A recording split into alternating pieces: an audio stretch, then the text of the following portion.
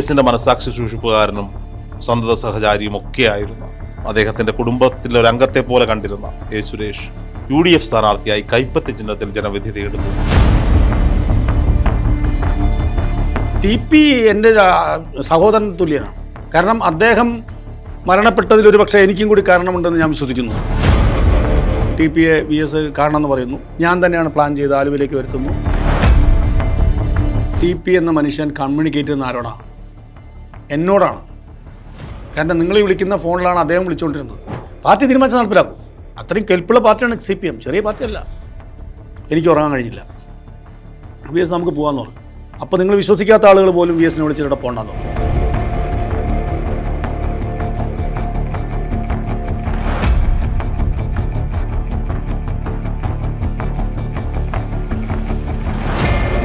കമ്മ്യൂണിസത്തിനെതിരെയാണോ പിണറായിസത്തിനെതിരെയാണോ ഇപ്പോഴത്തെ പോരാട്ടം?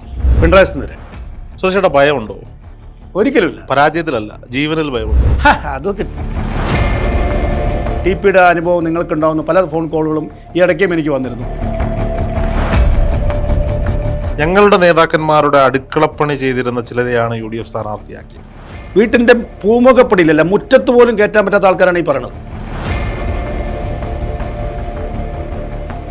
നമസ്കാരം, നേഷൻ ഫസ്റ്റിലേക്ക് സ്വാഗതം. കഴിഞ്ഞ 2 തവണകളായി 3ാം സ്ഥാനത്ത് UDF പോകുന്നൊരു മണ്ഡലം. എന്നാൽ ഇന്നതൊരു ത്രികോണ മത്സരത്തിൻ്റെ ചേരിൽ അങ്ങനെ നിറഞ്ഞു നിൽക്കുകയാണ് കേരളത്തിലെ പാലക്കാട്ടെ മലമ്പുഴ നിയോജക മണ്ഡലം. കാരണം ഒറ്റ പേരാണ്, UDF സ്ഥാനാർത്ഥി എ സുരേഷ്. VS അച്യുതാനന്ദൻ്റെ മനസ്സാക്ഷി സൂക്ഷിപ്പുകാരനും സന്തത സഹചാരിയുമായിരുന്ന എ സുരേഷ് UDF സ്ഥാനാർത്ഥിയായി മത്സരിക്കുന്നതോടുകൂടി മലമ്പുഴ മണ്ഡലത്തിൻ്റെ ചിത്രം മാറുകയാണ്. ഇന്ന് നമ്മുടെ അതിഥി എ സുരേഷാണ്. ചേട്ടാ നമസ്കാരം. ചേട്ടാ, മലമ്പുഴ VS അച്യുതാനന്ദൻ മത്സരിക്കുമ്പോഴാണ് മലമ്പുഴ വാർത്തകളിൽ നിറഞ്ഞു നിന്നൊരു മണ്ഡലമായി മാറിയത്. VSന്റെ മരണത്തിന് ശേഷം കേരളത്തിൽ നടക്കുന്ന ആദ്യ തിരഞ്ഞെടുപ്പിൽ, പൊതു തിരഞ്ഞെടുപ്പിൽ VSന്റെ മനസ്സാക്ഷി സൂക്ഷിപ്പുകാരനും സന്തത സഹചാരിയും ഒക്കെയായിരുന്ന, എനിക്ക് തോന്നുന്നു അദ്ദേഹത്തിൻ്റെ കുടുംബത്തിലെ ഒരു അംഗത്തെ പോലെ കണ്ടിരുന്ന എ സുരേഷ് UDF സ്ഥാനാർത്ഥിയായി കൈപ്പത്തി ചിഹ്നത്തിൽ ജനവിധി തേടുന്നു എന്നുള്ളതാണ് ഈ തിരഞ്ഞെടുപ്പിൻ്റെ ഏറ്റവും വലിയ പ്രത്യേകത. എന്തുകൊണ്ടാണ് അങ്ങനെ ഒരു തീരുമാനം? അല്ല, നിങ്ങൾക്കറിയാലോ, 2013 എന്നെ പുറത്താക്കുന്നത്. പുറത്താക്കിയതിൻ്റെ കാരണങ്ങളെ സംബന്ധിച്ച് ഞാൻ റിപ്പീറ്റ് ചെയ്യുന്നില്ല. ഒന്നാമത്തെ കാരണം വാർത്തകൾ കൊടുത്തു. മാധ്യമങ്ങളിൽ VSൻ്റെ ഇമേജിനെ ബിൽഡപ്പ് ചെയ്യാൻ ഞാൻ വാർത്തകൾ സൃഷ്ടിച്ച് ഡിസ്ട്രിബ്യൂട്ട് ചെയ്യുന്നതാണ്. അങ്ങനെ തുടങ്ങി 6ഓളം കുറ്റപത്രങ്ങൾ ആണ്, ചാർജ് ഷീറ്റാണ് എനിക്കുണ്ടായിരുന്നത്. ആ കുറ്റങ്ങൾ ഞാൻ ചെയ്തിട്ടില്ല എന്ന് ഞാൻ ഇപ്പോഴും വിശ്വസിക്കുന്നു. അതെ, അവിടെ എനിക്ക് ചോദ്യമുണ്ട്. ഈ VSൻ്റെ പേര് ഉയർത്തിക്കാട്ടിയാൽ, ചിത്രം ഉയർത്തിക്കാട്ടിയാൽ എന്തായിരുന്നു പ്രശ്നം? അല്ല, ഉയർത്തിക്കാട്ടലല്ല. അതിൽ പറയുന്ന ചാർജ് ഷീറ്റിൽ പറയുന്ന വളരെ രസകരമായ വാചകം എന്താ വെച്ചാൽ, VSൻ്റെ ഇമേജിനെ ബിൽഡപ്പ് ചെയ്യാൻ ഞാൻ വാർത്തകൾ സൃഷ്ടിച്ച് വിതരണം ചെയ്തു. വാർത്തകൾ ഞാൻ സൃഷ്ടിച്ച് വിതരണം ചെയ്തു, ഡിസ്ട്രിബ്യൂട്ട് ചെയ്യുന്നതാണ്. ഞാൻ വാർത്തകൾ സൃഷ്ടിച്ച് വിതരണം ചെയ്തിട്ട് ആളാവേണ്ട ആളല്ല VS. VS പാർട്ടി 1920 ജനിക്കുകയും 1939 കമ്മ്യൂണിസ്റ്റ് പാർട്ടി അംഗത്വം കൃഷ്ണപ്പള്ളിയിൽ നിന്ന് ജീവിച്ചിരിക്കുന്ന ഒരാളായിരുന്നു VS. ഞാൻ ഇമേജ് വർദ്ധിപ്പിക്കേണ്ട കാര്യമില്ല, ബിൽഡപ്പ് ചെയ്യേണ്ട കാര്യമില്ല. അതാണ് അതിൽ ഏറ്റവും രസകരമായ ഒരു ക്ലോസ് എന്ന് പറയുന്നത്. ആ കാരണം കൊണ്ടാണ് എന്നെ പുറത്താക്കിയത്. സ്വാഭാവികമായിട്ടും ഞാൻ കമ്മ്യൂണിസ്റ്റ് കുടുംബാംഗമാണ്. എൻ്റെ വീട്ടിലെല്ലാവരും കമ്മ്യൂണിസ്റ്റ് പാർട്ടിയുമായിട്ട് ബന്ധമുള്ള ആളാണ്. കർഷക തൊഴിലാളി കുടുംബമാണ്. എൻ്റെ മുത്തശ്ശി കർഷക തൊഴിലാളിയായിരുന്നു. ആ ഒരു ഘട്ടത്തിൽ ഞാൻ പുറത്താക്കപ്പെടുമ്പോൾ എനിക്ക് സ്വാഭാവികമായിട്ടും വല്ലാത്തൊരു വേദന ഉണ്ടാക്കിയത് പാർട്ടിയിൽ നിന്ന് പുറത്തു പോയതിലാണ്. അല്ലാതെ VSൻ്റെ PA സ്ഥാനത്ത് നിന്ന് എന്നെ പുറത്താക്കിയതല്ല എനിക്ക് വിഷമമുണ്ടായത്. എന്നെ പുറത്താക്കിയതല്ല, പാർട്ടിയിൽ നിന്ന് പുറത്താക്കി. ഞാൻ സ്വയം രാജിവെച്ച് സ്വാഭാവികമായിട്ട് പാർട്ടിയിൽ നിന്ന് പുറത്താക്കിയ ആൾ പാർട്ടി തീരുമാനം അനുസരിച്ചാണ് ഞാൻ ജോയിൻ ചെയ്യുന്നത്. ആ ജോലി ഞാൻ അവിടെ ചെയ്യുന്നത് തെറ്റാണ്. അങ്ങനെ ഞാൻ പുറത്തു പോയതാണ്. പുറത്തുപോയി ഞാൻ കുറച്ചു കാലം ഗൾഫിൽ പോയി. സ്വാഭാവികമായിട്ടും ജോലി തട്ടി പോയതാണ്. അതിനനുസരിച്ച് ആ ജോലി വല്ലാതെ ബുദ്ധിമുട്ടൊക്കെ അനുഭവിക്കേണ്ടി തിരിച്ചു വന്നപ്പോൾ ഞാൻ പിന്നീട് ആലോചിച്ചപ്പോൾ സ്വാഭാവികമായിട്ടും എനിക്ക് പൊതുപ്രവർത്തനമാണ് എൻ്റെ മേഖല. മറ്റൊരു ജോലിക്ക് സ്വാഭാവികമായിട്ട് എനിക്ക് തേടി പോകാൻ പറ്റാത്തൊരവസ്ഥയായി. എൻ്റെ പാസ്റ്റ് എനിക്കൊരു വിഷയമായിരുന്നു. ഇപ്പോൾ ഗൾഫിൽ പോയെങ്കിലും എൻ്റെ പാസ്റ്റാണ് എൻ്റെ ജോലിക്ക് ഏറ്റവും വലിയ വിഷയം ഉണ്ടായിരുന്നത്.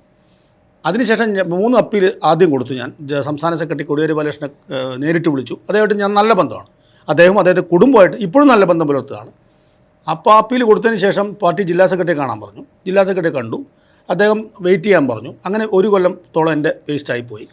അതിനുശേഷം പിന്നീട് വീണ്ടും ഒരു അപ്പീൽ കൊടുത്തു. പിന്നീട് AV ജയരാഘവൻ ആക്ടിംഗ് സെക്രട്ടറി ആയപ്പോൾ അദ്ദേഹത്തിനെ നേരിട്ട് കണ്ട് അപ്പീൽ കൊടുത്തു. അങ്ങനെ അപ്പീലുകളുടെ ഒരു പ്രളയമായിരുന്നു ആ സമയത്തൊക്കെ. എങ്ങനെയെങ്കിലും CPMലേക്ക് മടങ്ങിയെത്തുക എന്നതായിരുന്നു ചിന്ത. തീർച്ചയായിട്ടും ഞാൻ പറഞ്ഞല്ലോ, ഈ കമ്മ്യൂണിസ്റ്റ് പാർട്ടി ഈ കേരളത്തിൽ ഉണ്ടാവണമെന്ന് വിശ്വസിക്കുന്ന ആയിരക്കണക്കിന് ആളുകളുടെ കൂട്ടത്തിലാണ് ഞാനുള്ളത്. ആ ഒരു ഘട്ടത്തിലാണ് എനിക്ക് കമ്മ്യൂണിസ്റ്റ് പാർട്ടി മെമ്പർഷിപ്പ് മാത്രം മതി. ഞാനിതിൽ നേതാവാവനോ ഈ ഒരു പഞ്ചായത്ത് മെമ്പറാവാനോ അല്ലെങ്കിൽ ഒരു MLA ആവാനോ ഞാൻ ഒരിക്കലും സ്വപ്നം കണ്ടിട്ടില്ല. അങ്ങനത്തെ ഒരു ലക്ഷ്യമല്ല എൻ്റെ. അപ്പോഴാണ് പിന്നെ ഒരു UDF നേതൃത്വം എന്നോട് പിന്നെ എല്ലാവരുമായിട്ടും നല്ല ബന്ധമാണ്. UDFൻ്റെയും ഈ കേരളത്തിലെ എല്ലാ പാർട്ടികളുടെ നേതൃത്വമായിട്ട് എനിക്ക് നല്ല ബന്ധമാണ്, സൗഹൃദമാണ്. അവരൊക്കെ എന്നോട് വാത്സല്യം പുലർത്തുന്ന ആൾക്കാരാണ്. അപ്പോൾ ആ ഘട്ടത്തിൽ ഇവരെന്നോട് സംസാരിച്ചു, സുരേഷ് ഇങ്ങനെ പിന്നെ ഇരിക്കേണ്ട ആളല്ല, പൊതുപ്രവർത്തന രംഗത്ത് സജീവമാവണം, UDFിലേക്ക് അല്ലെങ്കിൽ കോൺഗ്രസ്സിലേക്ക് വരാൻ താല്പര്യമുണ്ടോ ചോദിച്ചു. ഞാൻ പറഞ്ഞു താല്പര്യം ഇല്ലാന്ന്. അപ്പോൾ അവർ പറഞ്ഞു അങ്ങനെയാണെങ്കിൽ നമുക്കൊരു കാര്യം ചെയ്യാം, അടുത്ത തെരഞ്ഞെടുപ്പിൽ സുരേഷ് മത്സരിക്കാൻ കഴിയുമോ എന്ന് ചോദിച്ചു. ഞാൻ ആലോചിക്കാമെന്ന് പറഞ്ഞു. അങ്ങനെയാണ് മലമ്പുഴയിലേക്ക് സുരേഷ് മത്സരിക്കാൻ തയ്യാറാണെങ്കിൽ സുരേഷ് സ്വതന്ത്ര ചിഹ്നത്തിൽ മത്സരിക്കാം എന്ന് പറഞ്ഞു. തത്വത്തിൽ ഞാനത് അംഗീകരിച്ചു. അത് രഹസ്യ സംഭാഷണമായിരുന്നു. അത് ആ ഒരു ജെൻറ്റിൽമെൻ സംസാരം ഞാൻ പുറത്താരോടും പറഞ്ഞില്ല, അദ്ദേഹവും പറഞ്ഞില്ല. സംസാരിച്ച ആളുടെ പേര് ഞാൻ പറയുന്നില്ല. അദ്ദേഹം വളരെ ഉന്നതമായിട്ടുള്ള കേരളത്തിലെ രാഷ്ട്രീയ നേതാവാണ്. അത് കഴിഞ്ഞപ്പോൾ എങ്ങനെയോ ഒരു 2 ആഴ്ച കഴിഞ്ഞപ്പോൾ ഈ വാർത്ത പുറത്തു വന്നു. പുറത്തു വരാൻ കാരണം എന്ന് വെച്ചാൽ അവർ താഴത്തെ ലീഡർഷിപ്പായിട്ട് സംസാരിച്ചു. ഓക്കെ. കാരണം ആ മണ്ഡലത്തേക്ക് മലമ്പുഴയിലേക്ക് ഇനി ക്ലെയിം വേണ്ട എന്ന് സ്വാഭാവികമായിട്ടും അവരെ കോർ കമ്മിറ്റി സംസാരിച്ചു. ആ സംസാരം സ്വാഭാവികമായിട്ട് പുറത്തുപോയി. അപ്പോൾ പത്രക്കാരെന്നോട് ചോദിച്ചപ്പോൾ ഞാൻ പറഞ്ഞു അങ്ങനെ സംസാരം നടന്നിട്ടുണ്ട്, ഞാൻ സമ്മതിച്ചില്ല എന്ന് പറഞ്ഞു. ഇതാണ് വാസ്തവം. അപ്പം ആ ഘട്ടത്തിലാണ് പിന്നെ വികസന മുന്നേറ്റ ജാഥ എന്തോ പേര് പറഞ്ഞിട്ട് CPMൻ്റെ ഒരു ജാഥ നടന്നിട്ടുണ്ടായിരുന്നു. ഗോവിന്ദമാഷാണ് നയിക്കുന്നത്. അദ്ദേഹം വന്നപ്പോൾ പത്രക്കാർ ചോദിച്ചു സുരേഷ് ഇങ്ങനെ തിരിച്ചെടുക്കാത്ത എന്തുകൊണ്ടാണെന്ന് ചോദിച്ചു. അപ്പോൾ അദ്ദേഹത്തെ തിരിച്ചെടുക്കില്ല എന്ന് പറഞ്ഞു. ആ ഘട്ടം കഴിഞ്ഞാൽ വീണ്ടും പത്രക്കാർ ചോദിച്ചു അദ്ദേഹം 3 4 അപ്പീൽ തന്നു എന്നാണല്ലോ പറയുന്നത്, എന്തുകൊണ്ട് തിരിച്ചെടുത്തില്ല, അദ്ദേഹം ചെയ്ത കുറ്റം എന്താണ്, ഇത്ര വെറുക്കപ്പെട്ടവനാവാൻ എന്താ കാരണം, പത്രക്കാർ ചോദിച്ച ചോദ്യമാണ്. അപ്പോൾ അദ്ദേഹം പറഞ്ഞ വാചകം 100 അപ്പീൽ തന്നാലും അദ്ദേഹത്തെ തിരിച്ചെടുക്കില്ല എന്നുള്ളതാണ്. അത്ര പുച്ഛത്തോടെ വളരെ ധാർഷ്ട്യത്തോടെ അദ്ദേഹത്തിൻ്റെ മറുപടി കേട്ടപ്പോൾ സ്വാഭാവികമായിട്ട് സത്യത്തിൽ എനിക്ക് സമാധാനം ഉണ്ടായത്. കാരണം ഈ പാർട്ടിയിലേക്ക് ഇനി ഞാൻ തിരിച്ചുപോക്ക് ആവശ്യമില്ല. ഇത്ര പടിയടിച്ച് പിണ്ടം വയ്ക്കാൻ വേണ്ടി ഞാൻ എന്ത് തെറ്റ് ചെയ്തു? അതിനേക്കാളും ഗുരുതരമായ തെറ്റുകൾ ചെയ്ത ആളുകൾ സംസ്ഥാന കമ്മിറ്റിയിലിരിക്കുന്നു, ജില്ലാ കമ്മിറ്റിയിലിരിക്കുന്നു. ഞാൻ എന്ത് തെറ്റ് ചെയ്തു എന്നാണ് എൻ്റെ ചോദ്യം.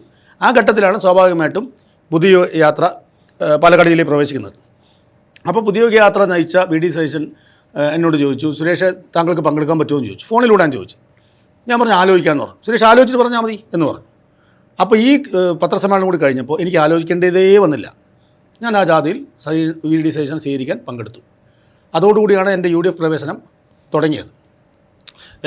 VSനോടുള്ള ഒരു എതിർപ്പ്, VSനെ നേരിട്ട് പരസ്യമായി എതിർക്കാൻ സാധിക്കുന്ന ഒരു സാഹചര്യം പാർട്ടിക്കില്ല. നമുക്കറിയാം, 1-ാം പിണറായി സർക്കാരിൻ്റെ വരവറിയാം. ലോകം മുഴുവൻ, നാട് മുഴുവൻ, കേരളം മുഴുവൻ VS അച്യുതാനന്ദൻ്റെ ചിത്രങ്ങൾ വെച്ച് വോട്ട് തേടിയിട്ട് അവസാനം ഈ പറയപ്പെടുന്ന പിണറായി വിജയൻ മുഖ്യമന്ത്രി സ്ഥാനത്തേക്ക് വരുന്നൊരു സാഹചര്യം കേരളത്തിലെ ജനകത മുഴുവൻ കണ്ടതാണ്.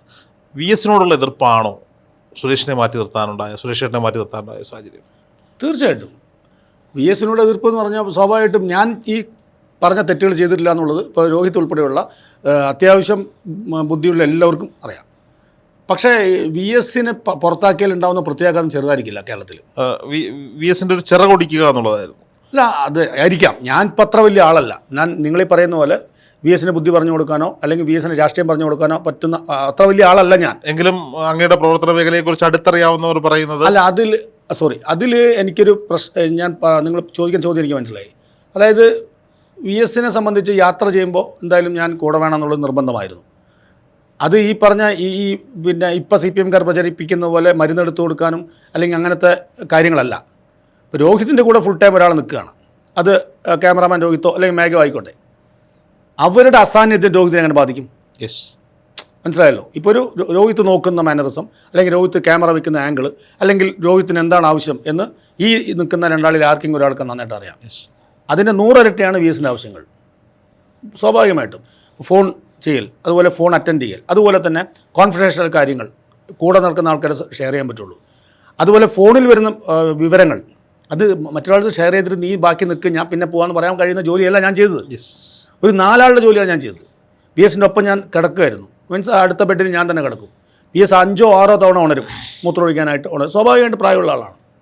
സത്യത്തിൽ ആ മനുഷ്യൻ ഞാൻ ഉണരാതിരിക്കാൻ, എൻ്റെ ഉറക്കം കെടുവരാതിരിക്കാൻ ഈ കൊതുകുവലയുടെ ഇതുണ്ടല്ലോ, ആ വലിച്ചു കഴിഞ്ഞാൽ ശബ്ദം കേൾക്കും. അതുപോലും ശബ്ദം താത്തിയിട്ടാണ് അദ്ദേഹം വലിക്കുക. അപ്പം ഞാൻ അർദ്ധബോധാവസ്ഥയിൽ കിടന്നിട്ടാണ് VS എണീക്കുന്നത് അടഞ്ഞിട്ട് ഞാൻ ബാത്റൂമിൽ കൂടെ പോകുന്നത്. തെന്നി വീണാൽ എന്ത് സംഭവിക്കും? വയസ്സായ ആളുകളാണ്, ആരായാലും ഉറക്കത്തിൽ നിന്ന് എണീക്കുമുണ്ടാവുന്നൊരു ഉറക്കച്ചടവുണ്ടാവുമല്ലോ. അതുപോലും ഞാൻ കയറിയിട്ടാണ് അത് വലിയ കാര്യമൊന്നുമല്ല, ഇതൊരു മനുഷ്യ സഹജമായ കാര്യമാണ്. അതുൾപ്പെടെ VSൻ്റെ രഹസ്യങ്ങൾ ഉൾപ്പെടെ VSൻ്റെ പാർട്ടി പിന്നെ പോരാട്ടങ്ങൾ ഉൾപ്പെടെ ഉൾപാർട്ടി സമരങ്ങൾ ഉൾപ്പെടെ സ്വാഭാവികമായിട്ട് എൻ്റെ തലയിൽ വരുമല്ലോ. ഞാൻ ആരുടെ അടുത്തും ഇത് ഷെയർ ചെയ്തിട്ടില്ല, ഇപ്പോഴും ഷെയർ ചെയ്യാൻ തയ്യാറുമില്ല. ആ സ്വാഭാവികമായിട്ട് അതായിരിക്കും എന്നെ പുറത്താക്കാൻ കാരണം. അങ്ങനെ വി എസ് തളരണമെന്ന് അവരാഗ്രഹിച്ചു. പക്ഷെ ഞാൻ പോയതുകൊണ്ട് വി എസ് തളരില്ല എന്ന് നിങ്ങൾക്കറിയാലോ. വി എസ് ഈ പാർട്ടിയിൽ നിന്ന് പുറത്താക്കുന്നു, അല്ലെങ്കിൽ ഈ ജോലി രാജിവെക്കുന്നു. ഈ ഒരു സാഹചര്യത്തിൽ വി എസിൻ്റെ ഒരു പ്രതികരണം എങ്ങനെയായിരുന്നു?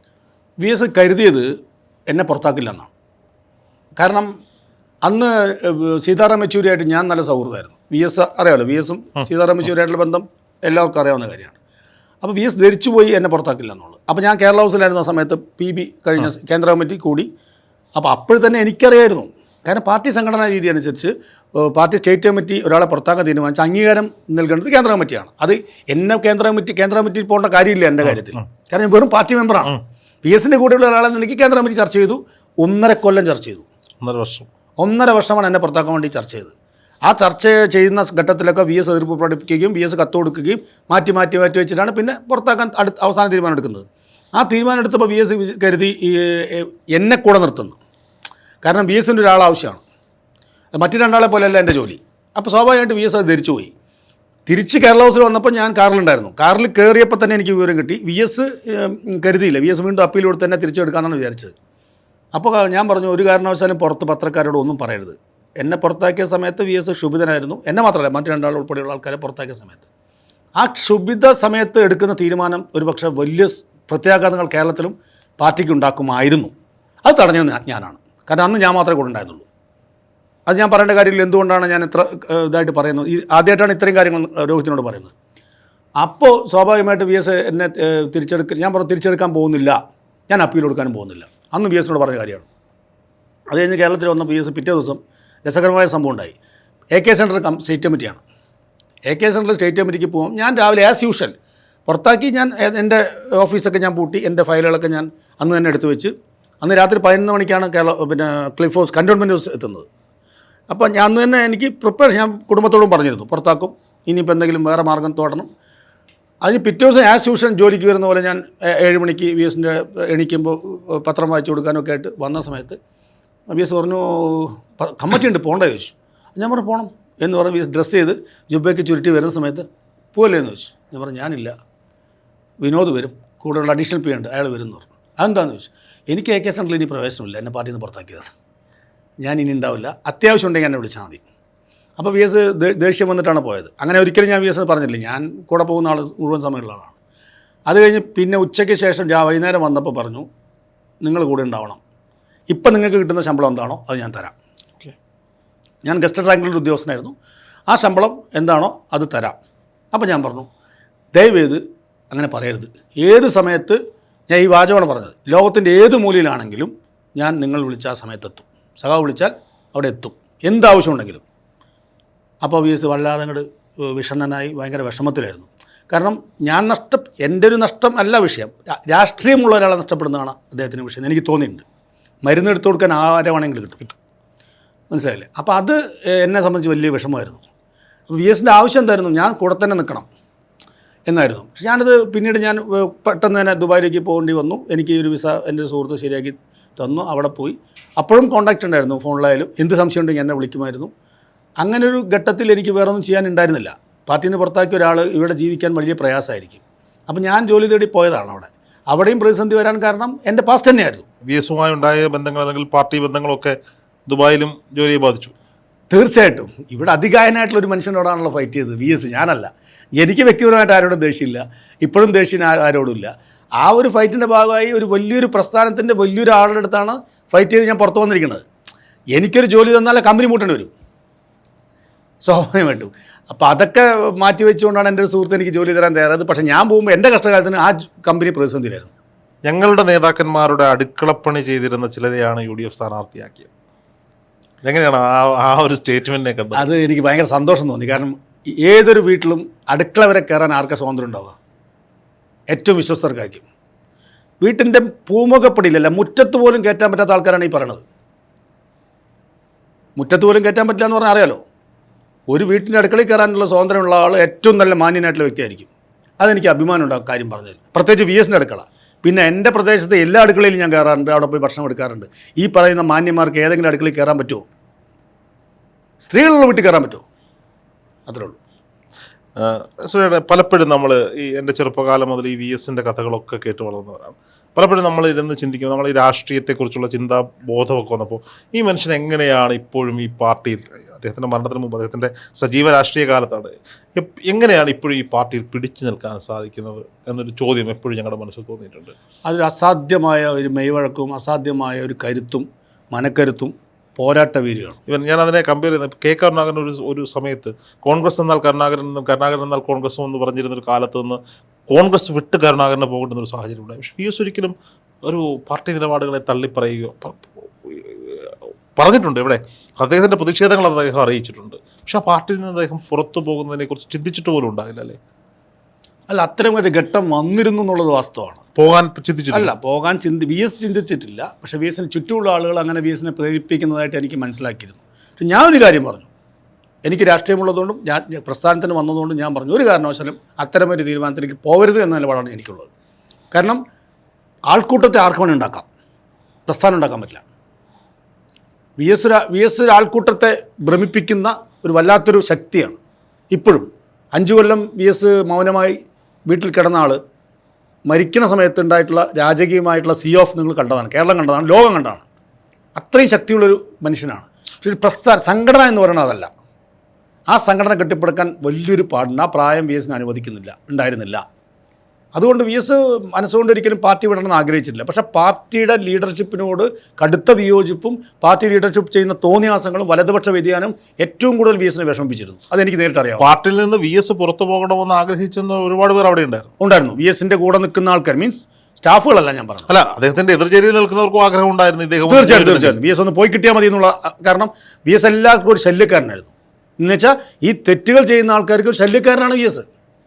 അതവർക്ക് സ്വാഭാവികമായിട്ടും പോയാൽ വിവരം അറിയുമായിരുന്നു. VS പുറത്ത് പോയിരുന്നെങ്കിൽ വിവരം അറിയുമായിരുന്നു. പക്ഷെ ഞാനൊരിക്കലും VS പുറത്ത് പോകണമെന്ന് ആഗ്രഹിച്ച ഒരാളല്ല. ഈ VS-ന്റെ മരണം നമുക്ക് ഓർമ്മയുണ്ട്.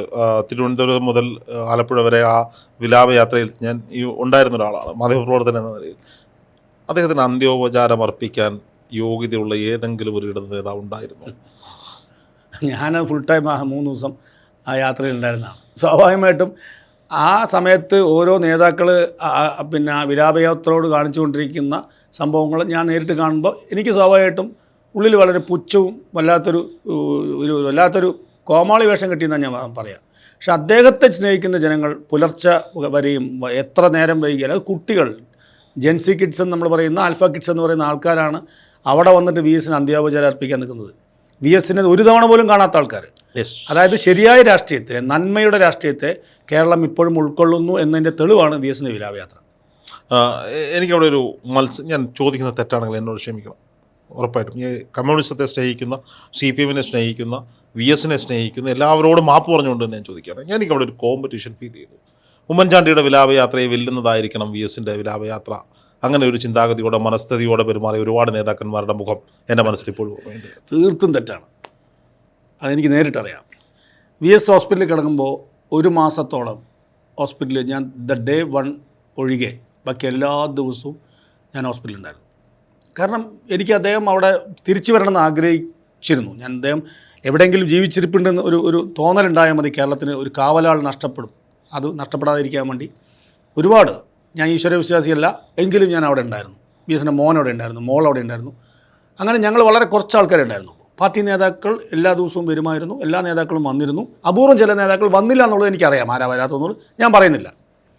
പക്ഷേ ആ വിലാപയാത്ര അങ്ങനെ പ്ലാൻ ചെയ്യുമ്പോൾ കമ്മ്യൂണിസ്റ്റ് പാർട്ടി ഒരിക്കലും, CPM ഒരിക്കലും പ്രതീക്ഷിച്ചില്ല ഇത്ര ആൾക്കാർ വരുന്നു. അതറിയാം നിങ്ങൾ. തിരുവനന്തപുരത്ത് നിന്ന് VS വിലാപയാത്ര ഞങ്ങൾ ദർബാർ ഹാളിൽ നിന്ന് ബോഡി എടുത്ത് ഞാൻ ബിനീഷാണ് ഒരു ഫുൾ ടൈം ഉണ്ടായിരുന്നു, കോടിയേരിയുടെ മകൻ. ഞങ്ങൾ ഇറങ്ങുമ്പോൾ സ്വാഭാവികമായിട്ടും ആൾത്തിരക്ക് വലിയ ക്യൂ ഉണ്ടായിരുന്നു. ആ സമയക്രമം പാലിക്കാൻ വേണ്ടി ഇറങ്ങി ഞങ്ങൾ ഫ്രണ്ടിൽ കുറച്ച് പോയി അടുത്തൊരു സ്ഥലത്ത് VS-ൻ്റെ ബോഡി എത്തുമെന്ന് പറഞ്ഞ് അവിടെ കാത്തു നിൽക്കുമ്പോൾ സ്വാഭാവികമായിട്ടുള്ളൊരു തിരക്ക് അനുഭവപ്പെട്ടില്ല തുടക്കത്തിൽ. പിന്നീട് വന്നിട്ടുള്ള ജനപ്രളയം എന്ന് പറയുന്നത് ഒരിക്കലും ആരും കൂട്ടിക്കൊണ്ടുവന്നതല്ല, സ്വയമേ ഒഴുകി വന്നതാണ്. അതൊരിക്കലും ഉമ്മൻചാണ്ടി ആ വിലാപയാത്ര, 2 വിലാപയാത്രയും തമ്മിൽ താരതമ്യം ചെയ്യരുത്. അങ്ങനെ ഒരു പാർട്ടി നേതാവും ആഗ്രഹിച്ചിട്ടില്ല, അവരാരും പ്രതീക്ഷിച്ചിട്ടില്ല എന്നുള്ള വാസ്തവം. VS-ന്റെ വിലാപയാത്രയിൽ ആയിരങ്ങൾ ഇങ്ങനെ വരുന്നു ഒരിക്കലും CPM നേതാക്കൾ പ്രതീക്ഷിച്ചില്ല എന്നുള്ളതാണ് വാസ്തവം. എനിക്ക് ഓർമ്മയുണ്ട്, ഞാൻ കഴക്കൂട്ടം ജംഗ്ഷനിൽ ഏതാണ്ട് 5-6 മണിക്കൂറോളമാണ് കാത്തു നിന്നത്. തിരുവനന്തപുരത്ത് ബോഡി എടുത്തു, അദ്ദേഹത്തിൻ്റെ ഭൗതികശരീര യാത്ര ആരംഭിച്ചു എന്ന് പറഞ്ഞപ്പോഴാണ് ഞാൻ കഴക്കൂട്ടം ജംഗ്ഷനിൽ എത്തിയത്. അവിടെ റിപ്പോർട്ട് ചെയ്യാൻ വേണ്ടി 6 മണിക്കൂറോളം ഞാൻ കഴക്കൂട്ടം ജംഗ്ഷനിൽ കാത്തു നിന്നത് ഇപ്പോഴും നമ്മുടെ മനസ്സിലുള്ളതാണ്.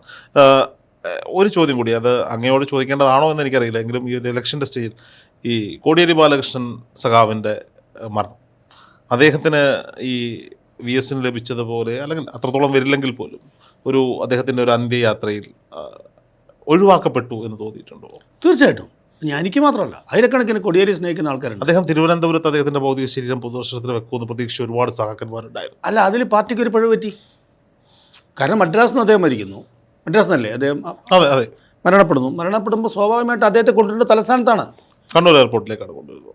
നിങ്ങൾക്കറിയോ കൊടിയേരി പഠിച്ച എവിടെയാണെന്നറിയോ? യൂണിവേഴ്സിറ്റി കോളേജാണ്, തിരുവനന്തപുരത്ത് പഠിച്ചത്. അദ്ദേഹത്തിന് തിരുവനന്തപുരമായിട്ടുള്ള ബന്ധം എന്ന് പറഞ്ഞാൽ ചെറിയ ബന്ധമല്ല.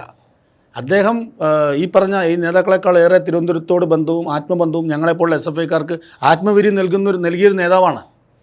ഇന്ന് മാത്രമല്ല, പാർട്ടിയുടെ സ്റ്റേറ്റ് സെക്രട്ടറി ആയ നാളെ PB അംഗമായിട്ടുള്ള ഒരാളെ കൊണ്ടുവരേണ്ടത് എവിടേക്കാണ്? തലസ്ഥാനത്തേക്കല്ലേ. അത് നഷ്ടപ്പെടുത്താൻ മീൻസ് ഒരു അദ്ദേഹത്തിൻ്റെ അഭിവാദ്യം ചെയ്യേണ്ട ആൾക്കാർ എത്ര ആൾക്കാരുണ്ട് തിരുവനന്തപുരം മുതൽ കണ്ണൂർ വരെ? എന്ത് ചെയ്തു? പിന്നെ അതുമാത്രമല്ലല്ലോ, അതിലേറ്റവും വലിയ വിരോധാഭാസം എന്താ? സമയക്രമം പോലും പാലിക്കാതെ നൂറുകണക്കിന് ആയിരക്കണക്കിന് ആൾക്കാർ ക്യൂ നിൽക്കുമ്പോഴാണ് ബോഡി പെട്ടെന്ന് എടുത്തത്. ആർക്ക് വേണ്ടി? പിണറായിയുടെ ഒരു യാത്രയ്ക്ക്. ഞാൻ പറയും, എനിക്ക് ഭയമില്ല. എനിക്ക് ഭയം ഉണ്ടെങ്കിൽ ഞാൻ ഇരിക്കില്ലല്ലോ. എൻ്റെ TPയുടെ അനുഭവം വരുമെന്ന് പറഞ്ഞിട്ടാണ് ഞാൻ നിൽക്കുന്നത്. അഭിമാനത്തോടെ സ്വീകരിക്കും. പ്രതീക്ഷിക്കുന്നുണ്ടോ? ഞാൻ പറഞ്ഞല്ലോ, അഭിമാനത്തോടെ ഞാൻ സ്വീകരിക്കുന്ന രക്തസാക്ഷിതമാണെങ്കിൽ ആവട്ടെ എന്ന്. കാരണം TP എൻ്റെ സഹോദരൻ തുല്യനാണ്. കാരണം അദ്ദേഹം മരണപ്പെട്ടതിൽ ഒരു പക്ഷേ എനിക്കും കൂടി കാരണമുണ്ടെന്ന് ഞാൻ വിശ്വസിക്കുന്നു. അങ്ങനെയൊന്നും ഉണ്ടാവില്ല ചേട്ടാ. അതല്ല ഞാൻ പറഞ്ഞു വന്നു. ഞാൻ പറയാൻ കാരണം എന്തറിയോ, TPയുടെ രക്തസാക്ഷിത്വം എത്രമാത്രം CPM-ന് വിനാശമായിട്ടുണ്ടെന്നുള്ള ഉത്തമ ബോധ്യം ഇന്നത്തെ നേതാക്കന്മാർക്കുണ്ട്. ഉണ്ടെന്ന് മാത്രമല്ല, ഞാൻ പറയട്ടെ, ഈ TP എന്ന മനുഷ്യൻ കമ്മ്യൂണിക്കേറ്റ് ചെയ്യുന്ന ആരോടാ? എന്നോടാണ്. കാരണം നിങ്ങൾ ഈ വിളിക്കുന്ന ഫോണിലാണ് അദ്ദേഹം വിളിച്ചുകൊണ്ടിരുന്നത്. അപ്പോൾ സ്വാഭാവികമായിട്ടും VS-ന് ഫോൺ ചെയ്യാൻ ഉള്ള പരിമിതിയുണ്ട്. അപ്പം ഞാൻ സംസാരിക്കുന്നു, കാര്യങ്ങൾ കൺവേ ചെയ്യുന്നു. ഒരു ദിവസം TPയെ VS കാണണമെന്ന് പറയുന്നു. ഞാൻ തന്നെയാണ് പ്ലാൻ ചെയ്ത് ആലുവയിലേക്ക് വരുത്തുന്നു. അദ്ദേഹം വരുന്നു, 1.5 മണിക്കൂർ 2 മണിക്കൂറോളം ഇരുന്ന് സംസാരിക്കുന്നു. ഞാൻ കൂടെ തന്നെ ഉണ്ടായിരുന്നു. അപ്പോൾ ഇൻ്റലിജൻസ് റിപ്പോർട്ടുണ്ടായിരുന്നു, ഇദ്ദേഹത്തിന് ജീവാപായം ഉണ്ട് എന്നുള്ള ഒരു റിപ്പോർട്ടുണ്ടായിരുന്നു. VS പറഞ്ഞു നിങ്ങൾ സൂക്ഷിക്കും. VS അത് പറഞ്ഞില്ല, എനിക്കറിയാമായിരുന്നു. കാരണം അത് നമുക്കും കൂടി കിട്ടുന്ന ഒരു ആക്സസബിളാണ്. അപ്പോൾ VS പറഞ്ഞു നിങ്ങൾ ബൈക്കിൽ സഞ്ചരിക്കാൻ പാടില്ല, കാറിൽ പോകണം, കൂടെ എപ്പോഴും 4 ആൾ വേണം. നാടൻ ഭാഷയിലാണ് സംസാരിക്കുന്നത് VS സ്വാഭാവികമായിട്ട്. അപ്പോൾ TP ചിരിച്ചു. സഖാവേ, ഞാനിനി കാറിലല്ല ഹെലികോപ്റ്ററിലോ പ്ലെയിനിലോ സഞ്ചരിച്ചാൽ പോലും പാർട്ടി ഒന്ന് തീരുമാനിച്ചാൽ നടപ്പിലാക്കുന്നതാണ്. TP VS-നോട് പറഞ്ഞാണ്. പാർട്ടിയാണ് അദ്ദേഹം. TP അദ്ദേഹം പാർട്ടിയിലേക്ക് തിരിച്ചു വരാൻ ആഗ്രഹിച്ചു എന്നുള്ളത് എനിക്കറിയാമായിരുന്നു. അപ്പോൾ അങ്ങനെ ഒരു സാഹചര്യത്തിൽ അത് കഴിഞ്ഞിട്ടൊരു 6 മാസം കഴിഞ്ഞപ്പോഴാണ് TP കൊല്ലപ്പെടുന്നത്. അപ്പോൾ പാർട്ടി തീരുമാനിച്ച് നടപ്പിലാക്കും. അത്രയും കെൽപ്പുള്ള പാർട്ടിയാണ് CPM, ചെറിയ പാർട്ടിയല്ല. TPയുടെ മരണവാർത്ത കഴിഞ്ഞപ്പോൾ VS-ൻ്റെ ആദ്യത്തെ പ്രതികരണങ്ങളായിരുന്നു. അത് രാത്രി ഒരു 11 മണിക്കാണ്, 10:20 സംഭവിക്കുന്നത്. ഓർമ്മയുണ്ടാവുമല്ലോ. മെയ് 4, 2012 മെയ് 4, 10:20 സമയം. അപ്പോൾ ഞാൻ VS-ൻ്റെ മുറിയിലാണ് കിടക്കുന്നത്. VS-നെ ഒന്ന് കിടത്തി, നടത്തം കഴിഞ്ഞ് കിടത്തി, ഞാൻ എൻ്റെ റൂമിൽ പോയി ഫ്രഷൊക്കെ ആയി കുറച്ച് വാർത്തയെ കണ്ടു, വാർത്ത അറിഞ്ഞു. പിന്നെ വന്ന് VS-നെ ഉണർത്തിയില്ല. ഉണർത്തി പറഞ്ഞാൽ VS-ന് ഉറക്കം പോകും. അപ്പോൾ എന്തായാലും അന്ന് രാത്രി നമുക്കൊന്നും ചെയ്യാനില്ല. ആൾ മരിച്ചു, കൊല്ലപ്പെട്ടു, വലിയ പ്രശ്നമായി. എനിക്ക് ഉറങ്ങാൻ കഴിഞ്ഞില്ല ആ രാത്രി. പിന്നെ 5 മണിക്ക് VS ഉണർന്നു. VS നടന്നു കഴിഞ്ഞ് പത്രം എടുത്ത് വയ്ക്കുമ്പോൾ പത്രത്തിൽ ലീഡ് വാർത്ത ഇതാണ്. അതിന് മുമ്പ് നടന്നു കഴിഞ്ഞ് കയറുമ്പോൾ ഞാൻ പറഞ്ഞു TP പോയി എന്ന് പറഞ്ഞു. അപ്പോൾ VS അന്തം വിട്ടു. TP എന്ന് പറഞ്ഞാൽ പെട്ടെന്ന് VS വേറെ എന്തെങ്കിലും ചിന്തിച്ചിട്ടുണ്ടാവും. ഇങ്ങനെ നോക്കിയപ്പോൾ ഞാൻ പറഞ്ഞു TP ചന്ദ്രശേഖരൻ കൊല്ലപ്പെട്ടു. VS ഒരു ഇരുത്തുമായിരുന്നു, പത്രം എടുത്ത് വെച്ചു കൊടുത്തു മുമ്പിൽ. ഒരു 10 മിനിറ്റോളം VS-ന് ഒന്നും സംസാരിക്കാൻ പറ്റില്ല. എനിക്കൊന്നും പറയാൻ പറ്റില്ല. കാരണം ഞാൻ അത്രത്തോളം രാത്രി മുഴുവൻ ഞാൻ ഉറക്കമൊഴിച്ച് എനിക്ക് ആ ഒരു മരണം, അതിഭീകരമായിട്ടുള്ള മരണത്തിൻ്റെ വാർത്തകൾ കണ്ട് എനിക്ക് ഉറങ്ങാൻ കഴിഞ്ഞില്ല. VS നമുക്ക് പോകാമെന്ന് പറഞ്ഞു. അപ്പോൾ നിങ്ങൾ വിശ്വസിക്കാത്ത ആളുകൾ പോലും VS-നെ വിളിച്ചിട്ട് പോകണ്ടെന്ന് പറഞ്ഞു, പോകരുതെന്ന് പറഞ്ഞു. VS-ൻ്റെ കൂടെ കടുത്ത VS പക്ഷക്കാരായിട്ടുള്ള ആൾക്കാർ, ചെറിയ ആളുകളല്ല. അപ്പോൾ എനിക്ക് അവരോടൊക്കെ പുച്ഛമാണ് ഇപ്പോൾ തോന്നുന്നത്. അപ്പോഴും തോന്നി, ആ പുച്ഛം കുറച്ചും കൂടി ഇപ്പോൾ കൂടി. അത് കഴിഞ്ഞപ്പോൾ ഞങ്ങൾ പോകാൻ തീരുമാനിച്ചു. ബോഡി കാണാൻ പോയി. വലിയ വിഷമവും അറിയാലോ, നമ്മൾ പറയേണ്ട കാര്യമില്ല. അത്രത്തോളം ഒരു ഭീകരമായിട്ടുള്ളൊരു അവസ്ഥ വിഷമം വി എസിന് പിന്നീടും കുറേ വിഷമങ്ങൾ ഉണ്ടായിട്ടുണ്ടെങ്കിലും ആ ഒരു വിഷമം വി എസിനെ നന്നായി ബാധിച്ചിരുന്നു. കാരണം അതിൻ്റെ കാരണം പറയേണ്ട കാര്യമില്ലല്ലോ. വി എസിനോടൊപ്പം നിന്നു, വി എസ് നിലപാടിനൊപ്പം നിന്നു എന്നുള്ളതാണ് അദ്ദേഹം ചെയ്ത തെറ്റ്.